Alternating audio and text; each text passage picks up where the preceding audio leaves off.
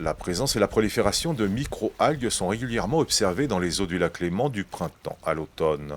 En mai 2021, l'algue filamenteuse Moujotia gracillima s'est développée de façon importante jusqu'à 15 mètres de profondeur. Plus surprenante et exceptionnelle, l'algue microscopique Uroglona. En quelques jours, début septembre, les eaux du lac se sont colorées en marron. Dès son apparition dans le Haut-Lac, la baignade a été interdite par précaution à Saint-Gingolph et la station de pompage des eaux d'Évian-les-Bains arrêtée. Rapidement identifiée par les services de l'INRAE à Thonon-les-Bains, cette micro-algue non toxique est depuis sous surveillance. Elle devrait se résorber naturellement ces prochains jours. On a des données qui nous disent très clairement qu'il y a un changement qui est en train de se passer. Mais les raisons, elles sont multiples à cela. Et effectivement, c'est un signal parce que cette algue-là est visible. Donc on a bien vu sa couleur marron qui a échappé à personne. Mais on sait qu'il y a d'autres algues qui sont moins visibles, mais qui sont tout aussi présentes dans le lac. Donc nous, on est vigilants par rapport à d'autres algues qui pourraient poser davantage de problèmes parce qu'on a eu de la chance, cette algue-là n'est pas toxique.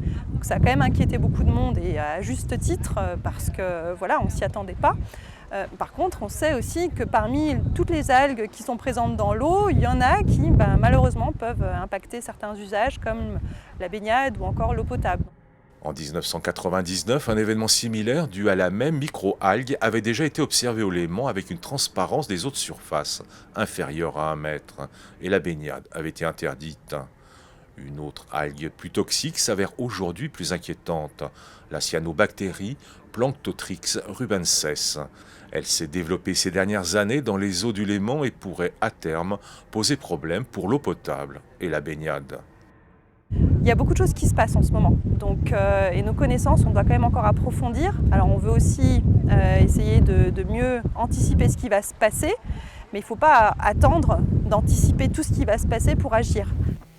Avec la prolifération spectaculaire et exceptionnelle de cette micro-algue, le lac Léman nous rappelle qu'il n'est pas qu'une immense base de loisirs, mais reste un vaste territoire vivant, sensible aux variations et changements climatiques et dont la qualité des eaux est étroitement liée à son bassin versant.